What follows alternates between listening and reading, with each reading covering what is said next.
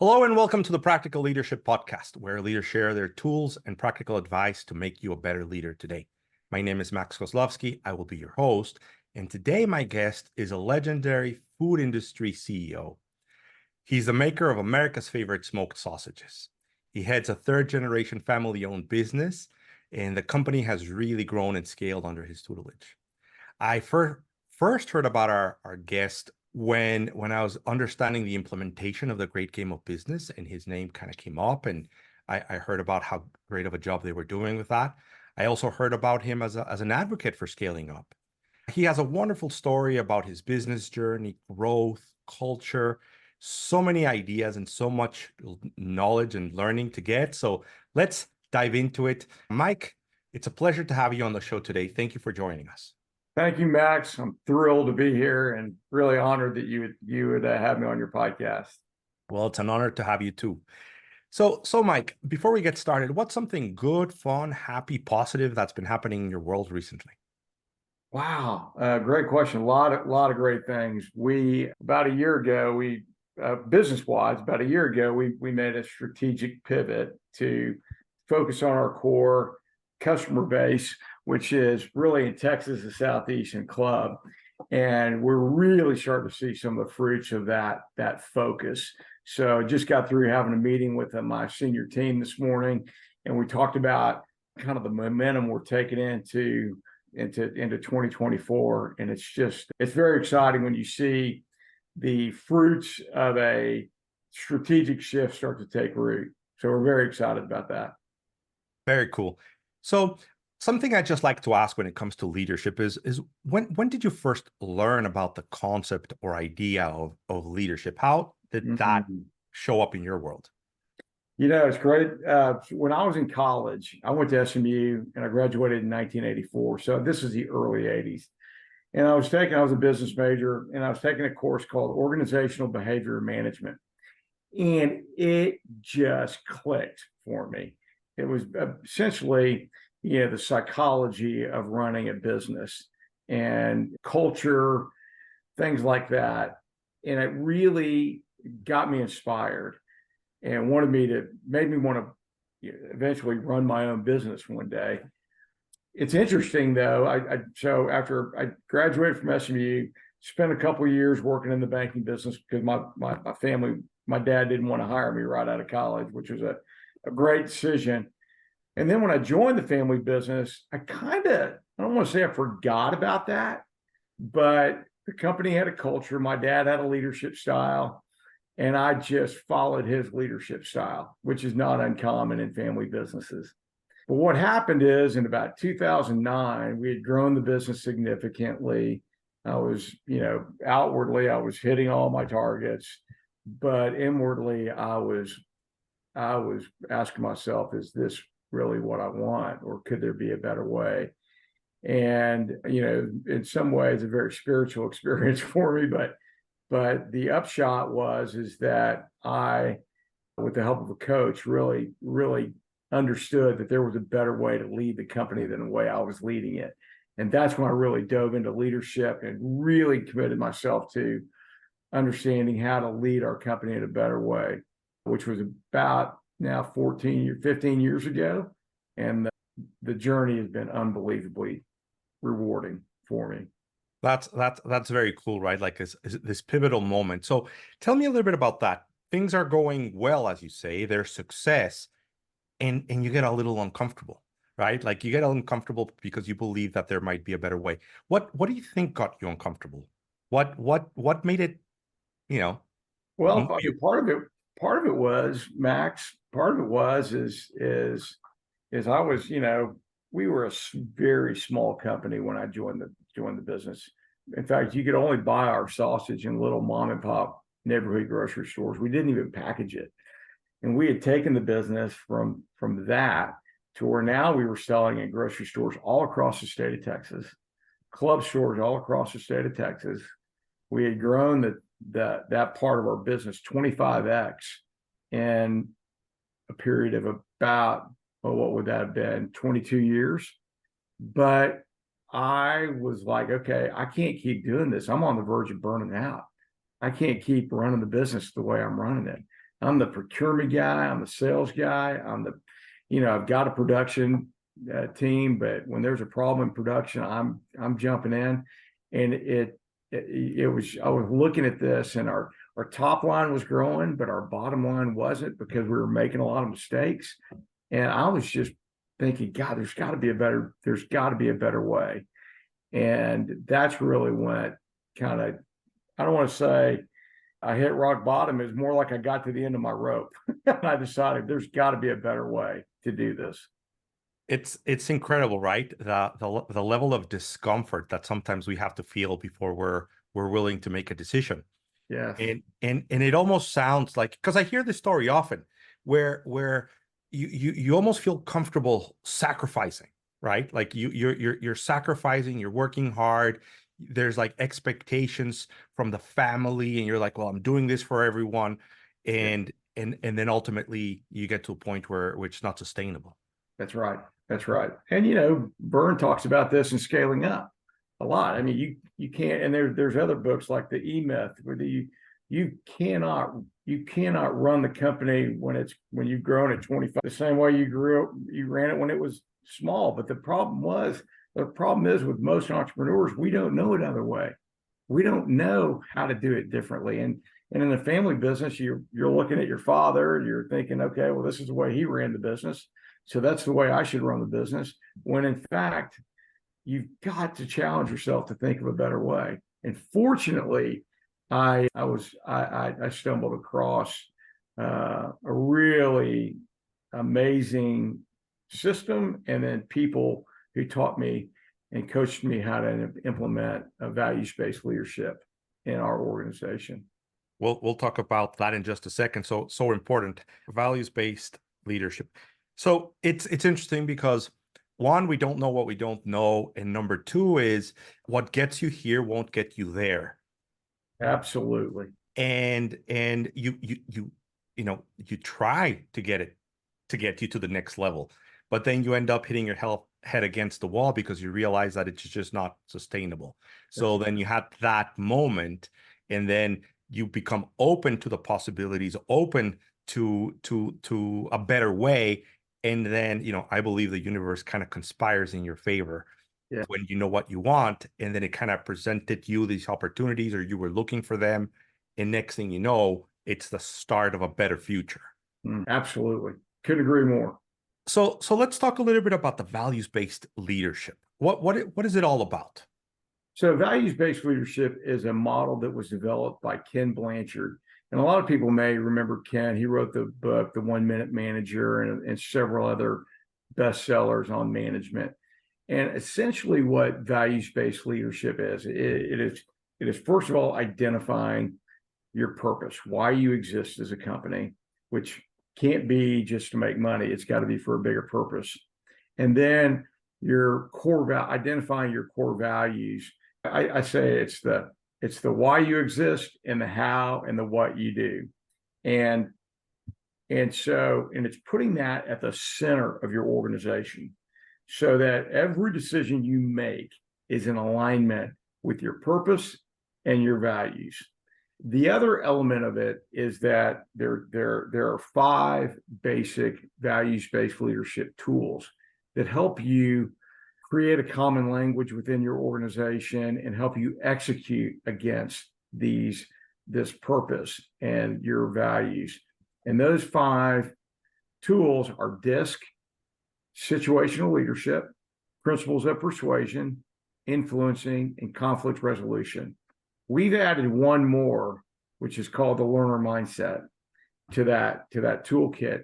But this gives you a framework, a language to implement values-based leadership within your organization.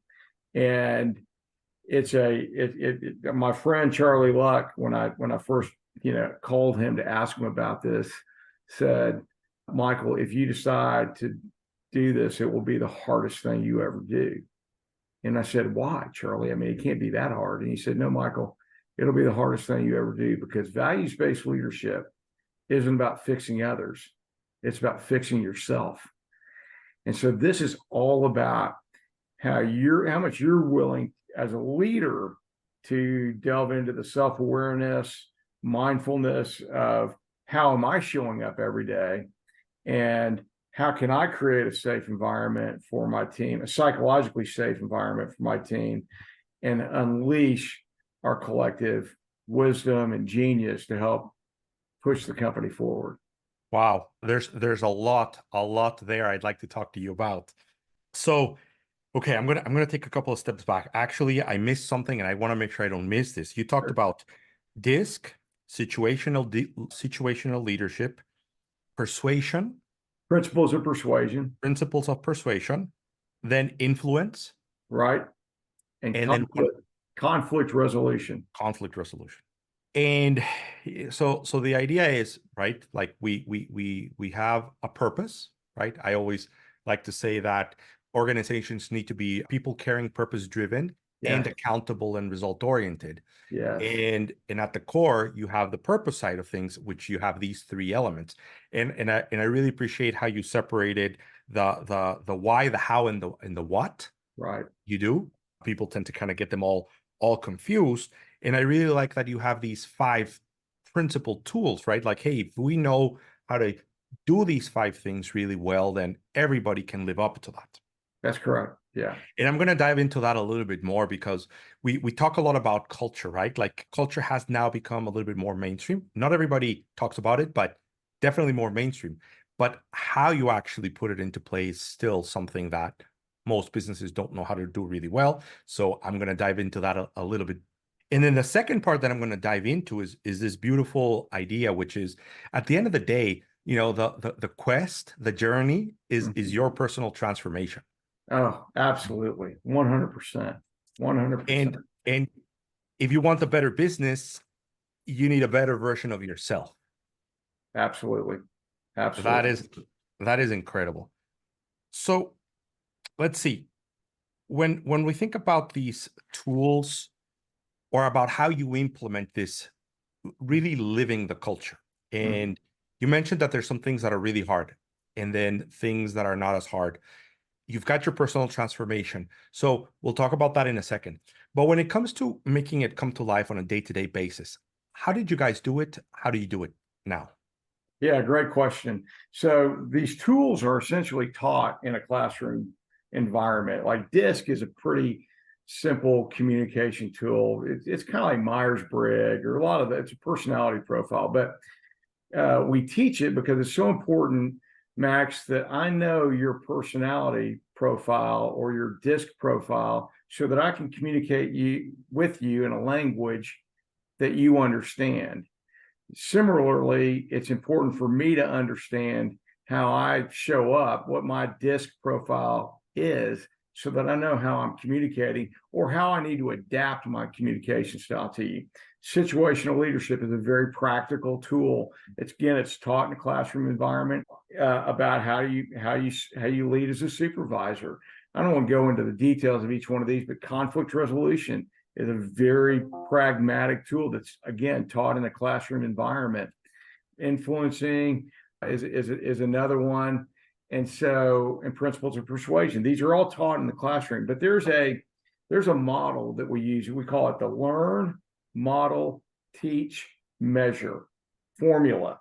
And so you learn the skill in the classroom, and then you model it. Right. When you model it, people watch what you do more than listen to what you say. But then the key element is teaching it. When you teach the Socratic method, when you teach it, you really know it, you learn it. And so it's that learn, model, teach, measure concept that really drives home how we implement this throughout our organization. And we teach this in English. We teach it in Spanish to our Spanish-speaking team members. We teach it all the way down to the floor, because those are the people in a manufacturing environment. Those are the people who actually drive the value, and they drive consistency and quality in your organization, in your product. And so they need to have these skills as much as the president of the company. Absolutely. And I really like the model because it helps you trickle it all down. it doesn't just stay at some high levels of the organization, as you said, right? Everybody in the organization needs to learn these tools and needs to be able to use these tools. So by teaching others, they have to implement it. So kind of like teaching as a key element of it being implemented. Now, here's a struggle that I see a lot of businesses have, which is, yes, we need to train our people. Yes, we need to teach our people, but we don't have time. And we're busy and we're growing. Yeah. So now we have even less time. Stuff's happening. What do you say to something like that? Well, first of all, I understand that argument wholeheartedly. I felt the same way. In fact, I'm like, how are we going to create time for all this? What I can tell you is, without a bit of hesitation, is that the honest truth is the opportunity cost associated with not doing this is far greater than any cost you have by avoiding it. Or I don't know if I said that correctly, but the opportunity cost of not doing this is huge, essentially.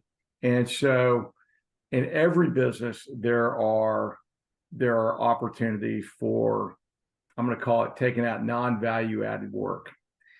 And what I'd like to think is we took out a lot of non-value added work and we replaced it with this training that has created enormous value in our business. And when I say enormous value, I mean, this is, we've been able to scale our business 4x in the last, 10, 15 years. Well, I guess we really implemented this in about 10 years ago. We've been able to, 4x the business on the top line. We've been able to, I don't know what the bottom line multiple is, but significantly improve the bottom line with these by implementing a values-based leadership and the great game of business. So the opportunity cost of not doing it is far greater than the cost of doing it.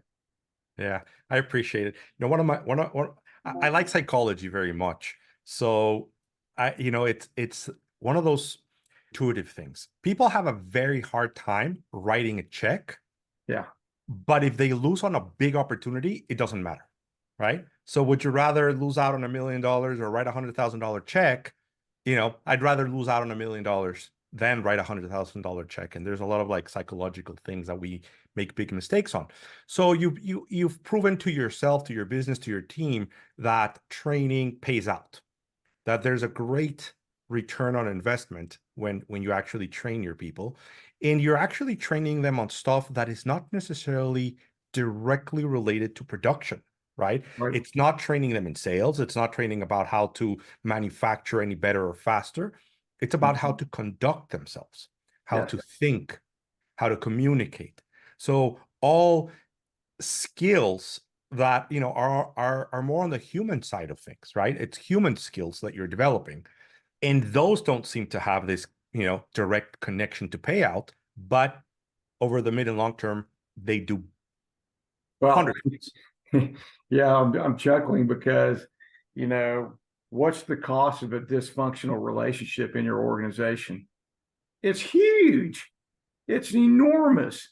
If you got a sales guy and an ops guy that can't talk to each other or resolve conflict, you got a big problem. You've got a huge problem that's costing you an enormous amount of money. You may not see it, to your point. We hate writing a check, but it could be costing you millions of dollars, depending on the size of your organization, by not having a high functionally, very aligned organization. Think of driving your car and it's out of alignment. When you're driving your car and it's out of alignment, you wouldn't think twice about taking it in to go get it fixed because you know how poorly it's driving. Same thing happens in your organization. If you're not aligned, if your organization is not aligned and doesn't know why they exist, why they're coming to work every morning, every day, how they're going to do their job, and more importantly, how they're going to work through conflict, because by the way, conflict is there every day. It's just part of life. And you got to be able to deal with it constructively and with a growth mindset to be able to execute and beat your competition, because your competition is pretty fierce out there. I don't care what you're doing. I like that idea, right? I think I think we try to avoid conflict. We believe that if we create a work environment where there's no conflict, it is a better work environment. And that's not the truth. I mean, that's not true. That's not the truth at all. And you're doubling down on that, saying you need conflict, and you Yes, just need to be able to work through that conflict because that conflict brings about opportunities, yeah, right? It absolutely. it it allows you to have those difficult conversations. It helps you identify those bottlenecks. It helps you identify the constraints and how to get over them. But if there's never conflict, then how hard are you trying then? That's exactly right. And there was a great book written several years ago called The Speed of Trust. Yeah. And think about a lot of these tools that we're using, they help create a safe language, a safe way to speak. And I'm not trying to be, too esoteric and psychobabble here, but trust is one of those things in a relationship that can just accelerate problem solving. And that's really why we teach these tools, is because they help us talk in a safe way. They help us deal with conflict in a safe way. They help us understand each other and how we're wired better. Because if I don't really understand you as a person, it's hard for me to talk to you. I could be speaking to you in a different language, and it would be about what you're hearing from me, because I'm not adapting my communication style to the way you think. I think trust is one of the biggest concepts that we don't understand enough. We don't understand the importance of it enough. And I really like how you communicated it. You said trust accelerates problem solving. And I think that, well, I want to talk a little bit about the great game of business. You can explain to us a little bit about what it is, but it requires the ultimate trust to be able to even go in that direction. So tell us a little bit about it. Yeah. So the great game of business is essentially a operating system to teach your team financial literacy and teach them how the company makes money and generates cash. Two very distinct but very important operate roles for a business. You've got to make money and you've got to generate cash. You can generate cash without making money, but you can't do it for long. And you can make money without generating cash, but you can't do that for long, or you'll be out of business. So you have to teach your team how to do both of those. And the great game of business is a fabulous system to be able to teach your team members. It's essentially, it's almost a gamification of how business works. So it's engaging. It's not some dry textbook. It's engaging, and you do things like mini games, and you scoreboard, and you really engage your team about how the company is doing financially. We implemented it in about 10 years ago. Actually, I reached out to Vern Harnish on a challenge I was having, and he said, "Go read The Great Game of Business and go visit Jack Stack." And I did that, and we've been a big fan of the program ever since. Yeah. And the part where it requires ultimate trust is it's an open book management system. Yes, yes, So you're opening up your books to the whole organization. And if you don't have the right people, it could be a problem, right? If you don't have enough trust in yourself, it might be a problem. yeah.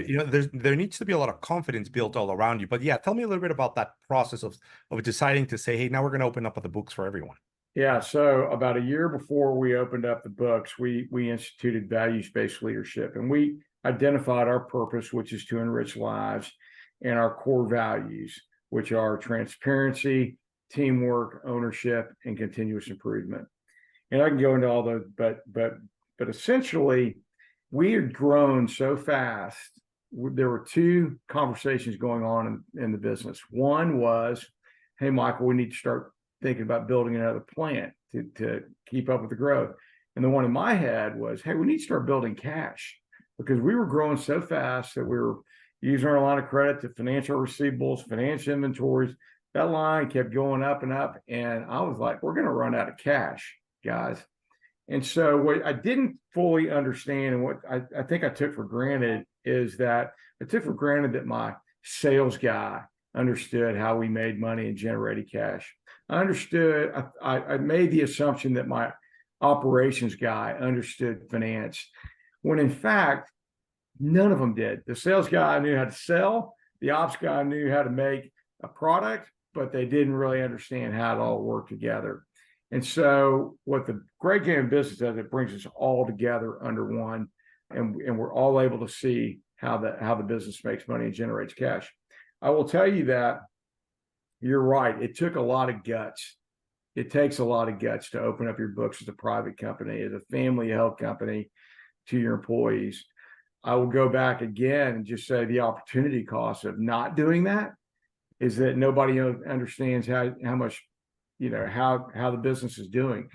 When we did a little survey before we opened up the books, I just, asked my teammates how much money they thought was, profit was trickling down to the profit line out of the sales. And it varied all over the place from, 40% to 60%. And when I told them the actual numbers, which was in the mid single digits, they're like, "Oh, why are we working so damn hard?" And so anyway, it was a great opportunity.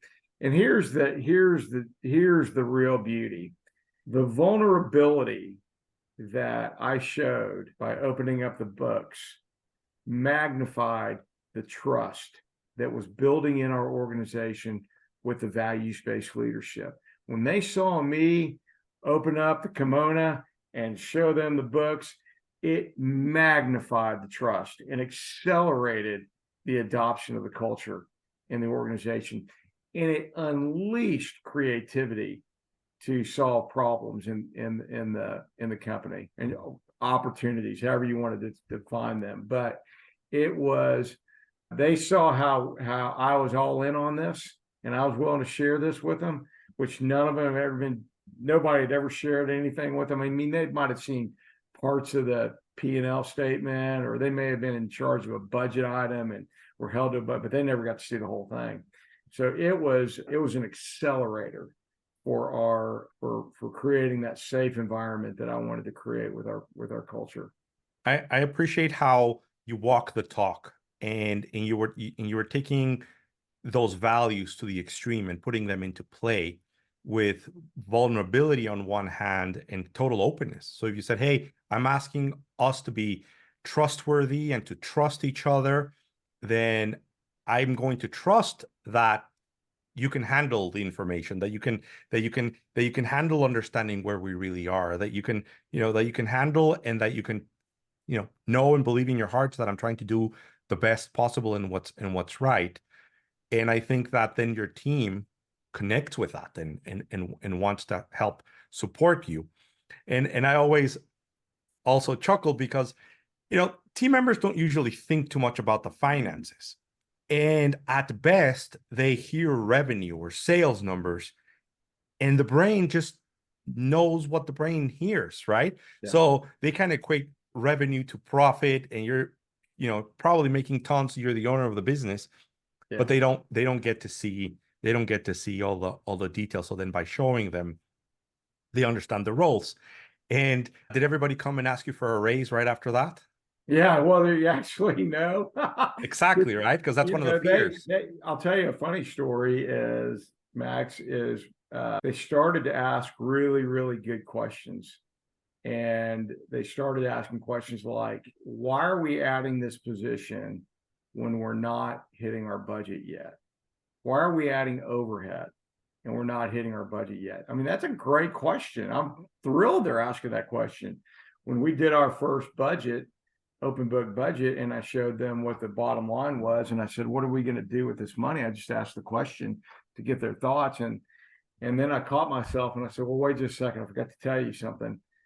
40% of that goes to the government in form of taxes, and I just need y'all to know that. So we got to take 40% and move it off to the side.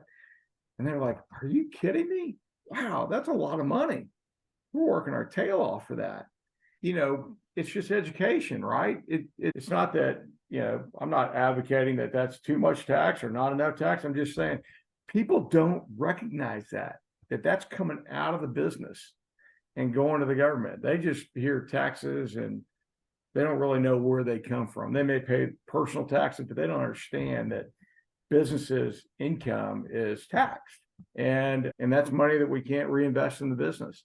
So it's about education, and it's transformed our culture and our team, and I can't imagine, honestly, after doing this for 10 years, I can't imagine running a business without it being open book.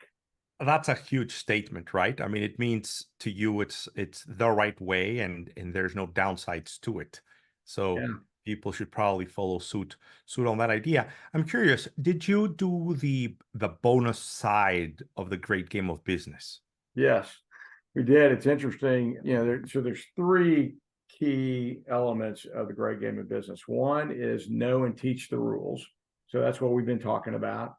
The other is follow and keep the score, which is another one. And then the last one is create a stake in the outcome. And if you think about those in like a Venn diagram and overlap them, the overlapping area is what we call the critical number.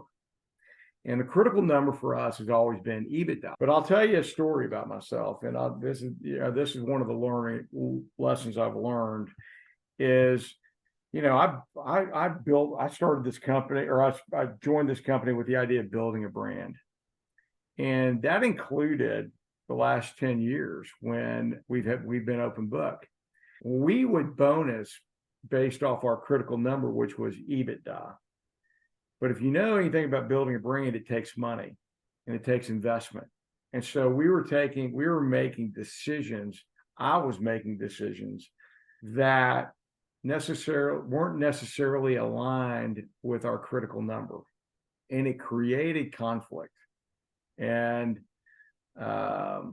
it didn't really end. I mean, if you think about this, the guys on the floor, they would see us investing in a market, for instance, or making a investment in our brand or in a new line, a new product line, and it would cost us money and it would hit their bonus. And so you can imagine the disconnect between ops and sales, right? Well, talk about alignment. Now you got to get everybody aligned on the Yeah. long-term vision of the organization. Yeah. And you gotta consider their financial situations and Yeah. their ability to not take a bonus today to take a larger bonus tomorrow. Yeah. So now you're having to align your organization with their life goals Yes. Yes. and Yes. in their futures. Yes. So it becomes very challenging because there's a lot of different stakeholders, but then it also helps you identify who are the right people for the organization. Right. If people are just thinking short term about today, about me, Yeah. they're not going to be the right people. Yeah. But people that want to build something with you. Yes. That's a great, absolutely great point, Max. We talk about the weapon. Well, we talk about the values, and one of the things that was kind of brought to me early on is, Michael, this is all great, but you can weaponize those values. And I didn't really understand what that meant, but I've come to realize that the only way you can weaponize the values is if you have selfish intent, if it's about you, not about the company. And to your point, there's some people that have short-term goals, some people have long-term goals, some people are willing to be patient, some aren't willing to be patient. And so understanding that, but getting it all out on the table, you can't, at least you can have the conversation if you've got your values clearly defined and you've got a bonus structure around what you're trying to achieve.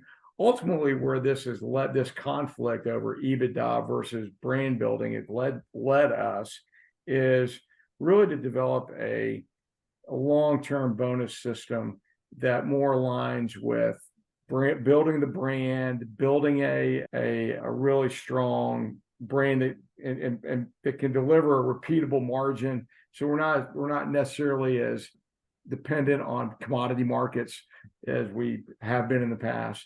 So that gets everybody thinking about the same thing and on the same aligned, as you said. I love it because this is a great explanation of you've got these values and you've got these principles and you've got trust. So then people can say, hey, look, I want the larger bonus. I'm fixing to buy a house or a new car, and that's going to bite into what I can do. And then you can have a conversation and say, hey, look, maybe you don't make that investment today, but by putting money into the brand, we're going to have larger margins in the future, Hmm. right? And you can expect more prosperity later. And then only if they trust leadership and they trust each other can they say it's a good decision for me or not. And then maybe it's not the right place for them. But That's exactly right. And there's no, we're all different people, and I tell this to a lot of my friends. I mean, and people and young people that I'm, that ask me for my advice is understand what your personal core values are, and go to work for a company that aligns with that. Because if there's alignment within your values, you can get through any problem together. If there's not alignment, you can't get through the simplest problem together. And that got, in fact, when we started doing this, it actually changed the way we hire people. We used to hire based primarily off of technical skills. And what we learned through this is that we need to hire off of values alignment and learning aptitude and adaptability, and then technical skills. We can teach them the technical skills if we've got values alignment, learning aptitude, and adaptability. hiring based on values and the importance of that is critical. And then there's another level, I would say, and this is just a little bit of my personal experience. When I was an intern working for Procter and Gamble, I was young and I wasn't really thinking about my personal values. I wasn't thinking about, being in alignment with that. There were a few things that were interesting, right? Like leadership, working with the best companies possible, learning and growing as much, those sort of things. A company that is doing things right actually gives you values, right? Yeah, Like to yeah, this day, my values are aligned with some of P&G's values because I yeah. really believed in that. It connected with me. Uh-huh. Or I got brainwashed, whichever it was. But now they are part of who I am. And I think great companies like yours do that for the community. They model behavior, thought, mindset, and they end up impacting not just the team, but their families and their communities, and building those values. So, the work that you do and companies like you do is critical for the well-being of our community. So, thank you for leading the way in making it happen and making it possible. Well, I appreciate that very much. I I truly believe that we exist as and the free enterprise system is the greatest engine for social justice the world has ever seen. I mean, how many Horatio Alger stories do you want to hear about people going from rags to riches or whatever, and how they have taken that and helped make the world a better place? There's equally, there's a lot of bad stories as well of greed and things like that, but still, with all of its, warts, if you will, it's still the greatest system. And I do believe that we exist for a higher purpose, not just to make money, but to provide a safe, empowering work environment for our team members, and really help them grow as people.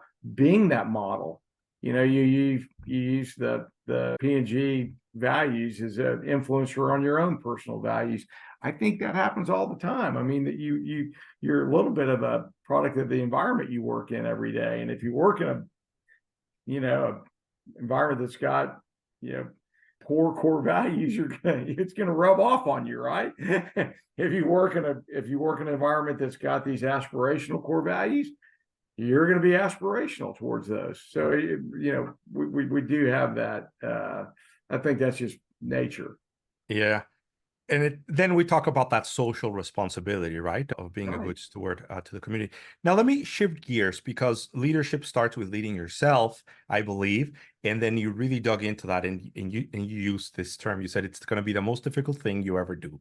So tell us a little bit about your journey, your self-leadership. Yeah, Your it's hard for me to talk about my self-leadership journey without talking about kind of a spiritual parallel journey that I've been on.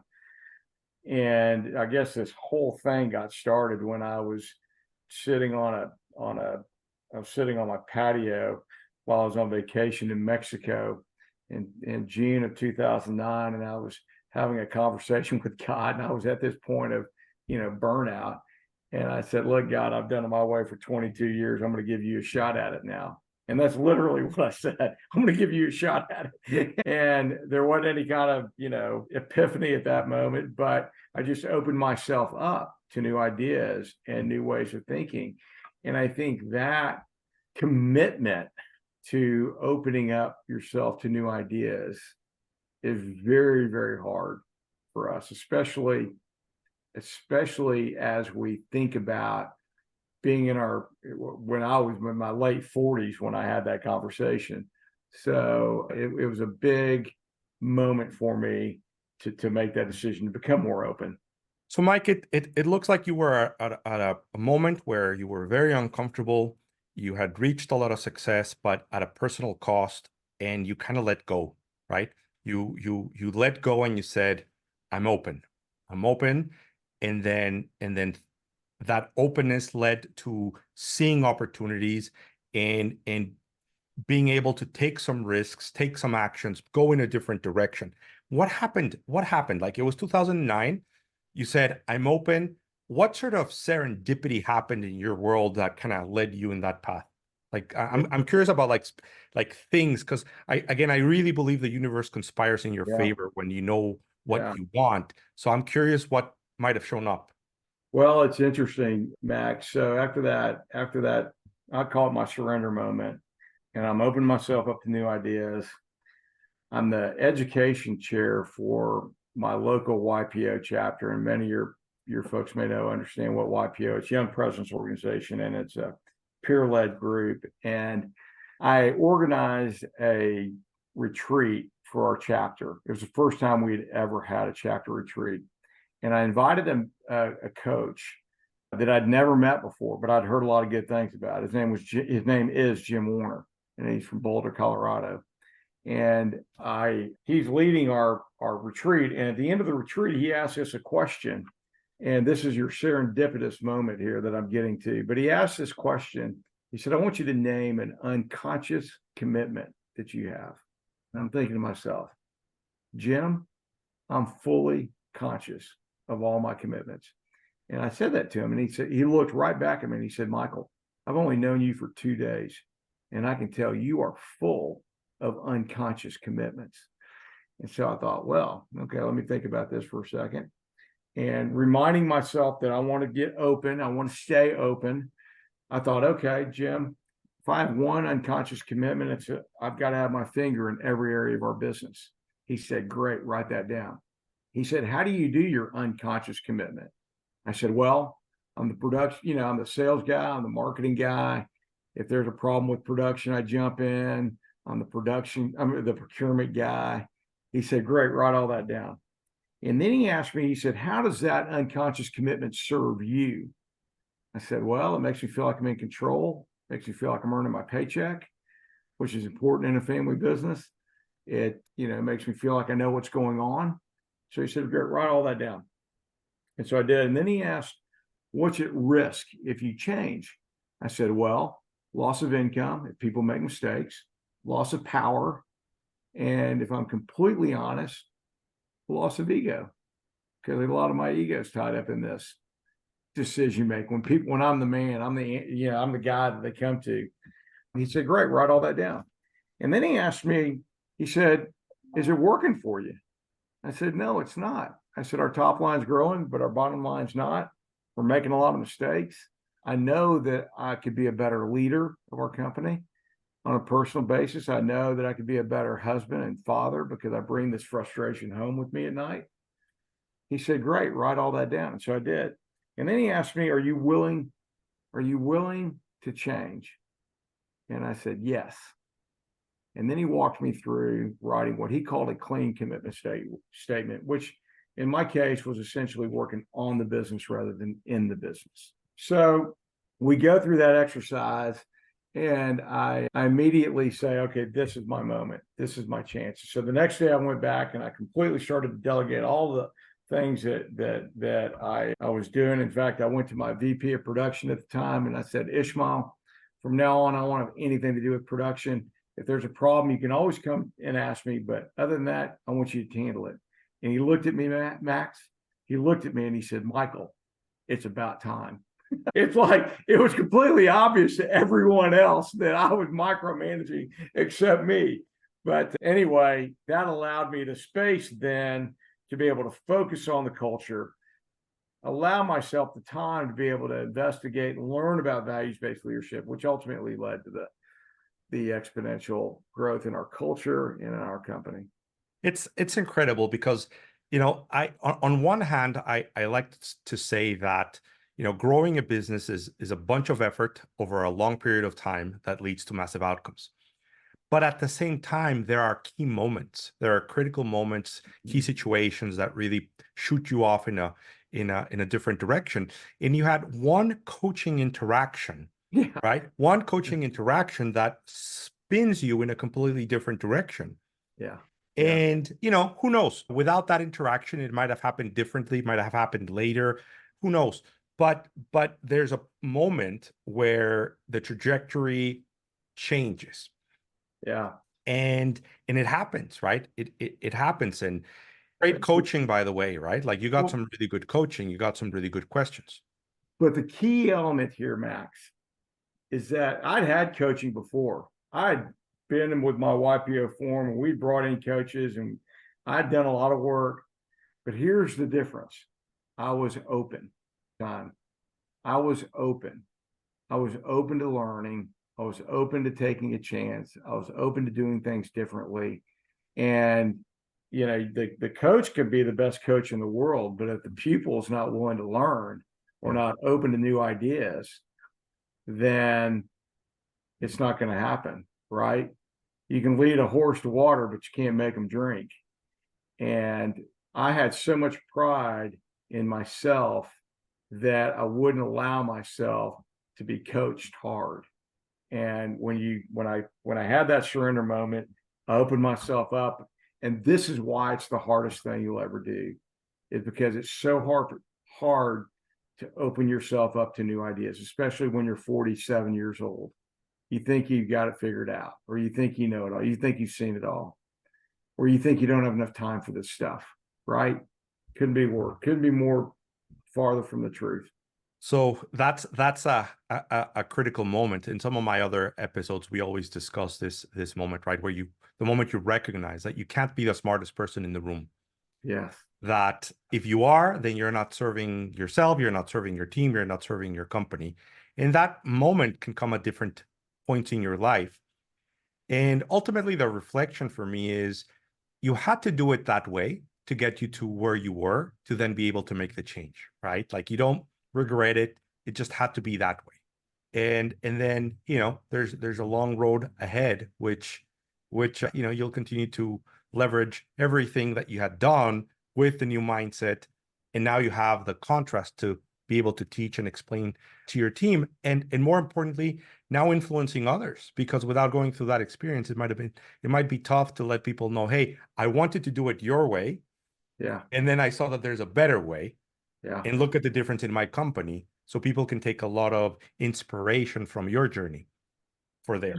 And it is a journey. You're never finished. I mean, that's part of the beauty of this and the fun is that it is a journey.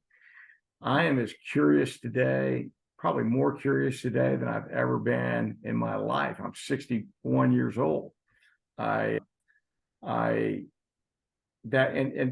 curiosity that it rubs off on your team, and your team becomes curious, and your team becomes engaged, and it's really one of the most gratifying and fulfilling things I could have ever imagined. I want to change subject for just a minute, because I know, I've heard a little bit about your story and some of the changes and some of the transition. I'm just curious to know about this. I know you brought in, let's call it, team members that were significantly more experienced or better team members at different points in your journey. And I work with clients, and many times there's some hesitation to saying, hey, can I really afford to bring in, this top level person that has worked at these top level companies? Should we just kind of learn together like I have learned all this time? And you kind of taken this approach of saying, I'm going to bring in the best people, the best person possible for this position, paying them, at a very high level. Tell me a little bit about the mindset and the experience and the outcomes from that, because I think it's something that you've repeated several times.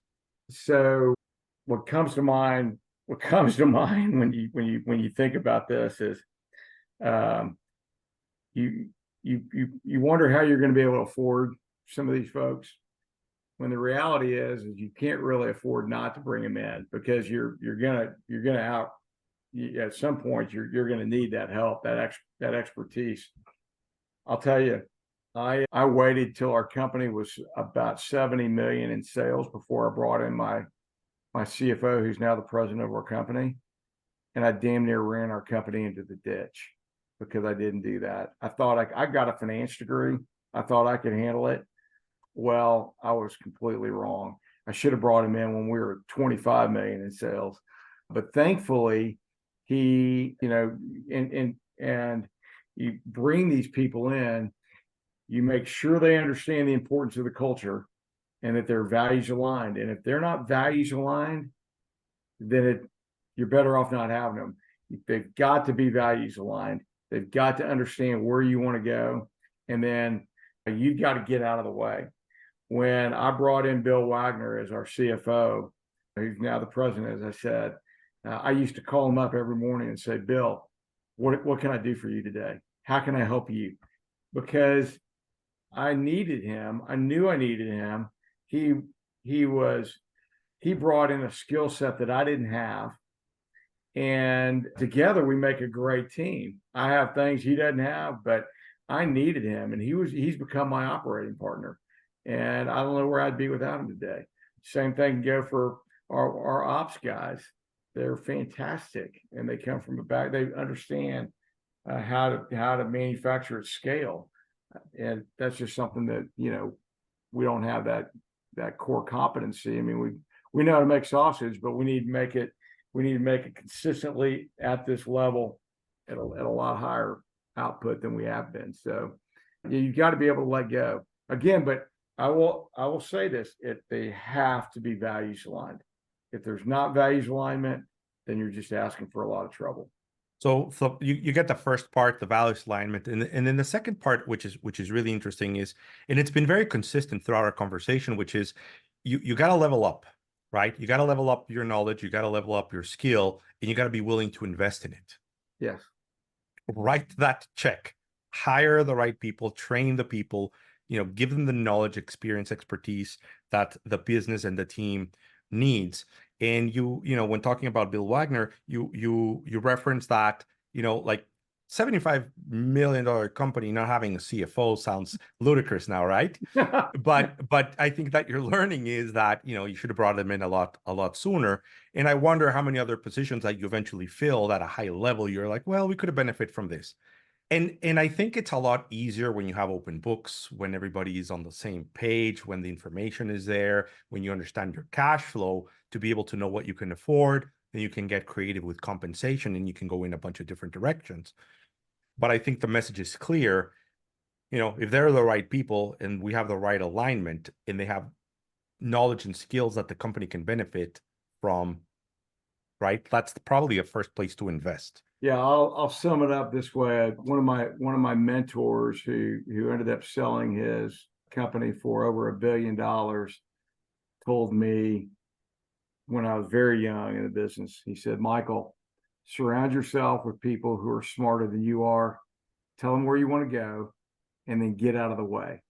Getting out of the way, that's the hardest part. It is. It is. And that's why we're here and getting everybody to learn from your experience. So valuable. Mike, I'm going to try to summarize our conversation here today. At the end, I'll let you fill out any gap that I might have left if I didn't mention something, or if there's anything else you'd like to say before we kind of start wrapping up our podcast here today. So here I go. I think you understood the importance of leadership in your, the psychology of running a business in college. It kind of gave you this idea and kind of understood the importance. And it was like stored somewhere in your mind. And then you got busy and then you kind of left it there. You followed your father's leadership style and you went at it really, really hard, right? Like I call it like 1950s type management and style, which is just work really, really, really hard because that's the only thing you could do back then, I guess, right? Just work really, really, really hard. Then you realize that you were doing everything and making lots of mistakes. So revenue was growing, profit wasn't following suit, and you kind of came to like the end of your rope and then recognize that there needed to be some changes. Then we get a little bit into the story, but when you recognize that you needed to make some changes, I think the first big idea was value-based leadership using the Ken Blanchard approach, where you start with your purpose. Why do we exist? Not what do we do or how do we do it, but why do we exist and how do we do it, and then what do we do? And then really start to implement these five big frameworks. One, DISC, the profiling personality communication tool. Then we talked about like situational leadership. We talked about persuasion, influencing, conflict resolution as some of the key pillars that you installed in the organization to really make this culture come to life and not just be a conversation, but rather this is what we teach and this is what we preach. You mentioned that the biggest challenge that you were told you were going to be facing is the challenge of fixing yourself, which I don't like the term fixing, evolving yourself, right? Really evolving your awareness, your mindfulness, being cognizant of how you are showing up and how you're being perceived, how to create a safe space for everyone, and how to unlock other people's potential, which is not necessarily what you were doing every day. You were doing, right, a little bit more of the just get my hands in there, everything. Right. You talked a little bit about the importance of DISC and understanding people's behavioral styles, communication styles. You know yourself, you know them, you can connect with them better. Then understanding how to lead under different circumstances and with different people. We talked a little bit about the importance of there being conflict and being able to understand that conflict is good and that you can work a lot through that conflict. And I really liked the model that you shared, which is learn, model, teach, and measure. And that way, all of your students become teachers, and then they take their learning to the next level, and it trickles down in the organization, and it gets implemented. And then you get to measure the impact and see the needle move. So it doesn't just become a cost, it's actually an investment. Yeah. Because as you were saying, people don't see the cost of opportunity. They just see the writing the check side of things, but there's a huge cost of opportunity in not investing in your people and not developing them. And you said, hey, one of the ways that we made time for this was by trying to remove non-value added work. So remove the non-value added work and make sure that you put in the training time. Then we talked about aligning the organization, and you said, hey, it's like your car, right? If it's not well aligned, you take it in because you know the car is not going to be driving or performing well. The organization's not aligned, it's not performing well, it's going to break. Things are going to go bad. You mentioned speed of trust, and I really like how you said that trust accelerates problem solving. So people are vulnerable, they are open, they are transparent, and then we're like, okay, it's not you versus me, it's us against the problem. Let's try to solve this. Mhm. We talked a little bit about the great game of business, which is gamifying how business works, right? Gamifying the teaching of how business works and doing open books management. So you teach people financial literacy. You recognize that nobody really knew how things worked, or at least not as a whole, but individually. But then when everybody understands how things work, well, then you can have that better alignment. And you have to be vulnerable. And it was one of your ways to walk the talk, saying, hey, I'm asking for, what do we call it? Oh, sorry, where is it? Values-based leadership, right? It's called a few different things. So you said, hey, we're going to do values-based leadership, and you said, I'm going to open up the books as a proof, as evidence, as walking the talk in the fact that we're doing this, and that it really accelerated the trust in the team. And then from there, the team gets to ask really good questions. Yeah. Right. And they coach you and they train you and they lead you because they're saying, hey, why are we making these decisions? You're like, oh, I guess you're right. I guess you're right. Three principles of the great game of business, which is, know and teach the rules, follow and keep score, and everybody has a stake in the outcome. That leads to conflict, and then that leads to solutions, right? Mhm. Because not everybody's going to be aligned, but then that helps you in the process. So don't think that by doing that, everything gets magically solved. By doing that, conflict shows up, then you solve it and you continue to move forward. So there's more. I mean, this has been a really good conversation. So hiring based on values was something that you made sure to emphasize several times. The fact is you've got to have the right values and you've got to commit to the purpose and you have to help others as well. And we just mentioned that our business influences people as well and influences their community. So there's a lot at stake. And then you were kind to share a little bit about your own story and how you let go, how you had a moment of surrender and you were open to great ideas and how you got some good coaching, but the key wasn't the great coaching, or at least versus the past. The key was that you were open to the coaching this time.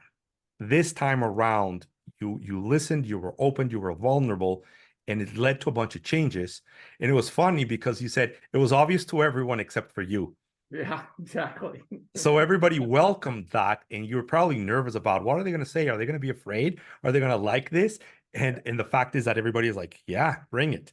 And then we just talked a little bit about the importance of bringing in the right people, right? And not taking too long to bring in the right people. Yeah. Don't, there's always this, well, I just have to wait until I'm larger, just wait until I'm larger. So overheads are an important subject and you need to keep it on track. But the expertise that is going to take you to the next level is even more valuable. So don't sleep on that. I'm sure there were a few more things, but kind of these are a little bit of my notes. What did I Man, miss? What would you like to add that we haven't talked about yet? Max, you took some great notes. I can't believe you took all those notes while I was talking. I didn't realize you were able to do all that. No, you really captured it. I think that the thing that has been so remarkable about this whole journey is that it's so much better than anything I could have expected when I started it out. I expected, I'm not sure what I expected, but I'd heard that I'd seen organizations that I wanted to be like one day. And uh and it's not a straight road. I don't want anyone to think that this is an easy road. There's a lot of mornings when I used to wake up and I'd have these conversations with God and I'd say, okay, I handed it over to you and I'm not sure where you're taking me, but I trust you because you just don't know. But the journey has been incredibly rewarding and I could not be more fulfilled or happier, for my team and for where we are. And it's just been an incredible journey. I appreciate that. So you've trusted the process, you've trusted the higher powers, you've Yeah. trusted that, there's a plan there and that you're doing your part. That's amazing. So two more things to wrap up. What is something good, fun, or happy that you're looking forward to that's going to be happening here soon for you? Yeah. Well, personal or business. Whatever you'd like. Well, I'm super excited about my son. He is marrying a fantastic young lady in October. We're preparing for that wedding. It's going to be a lot of fun. I cannot wait. This, when they're just perfectly matched for each other, and I could not be happier for him and excited for his future.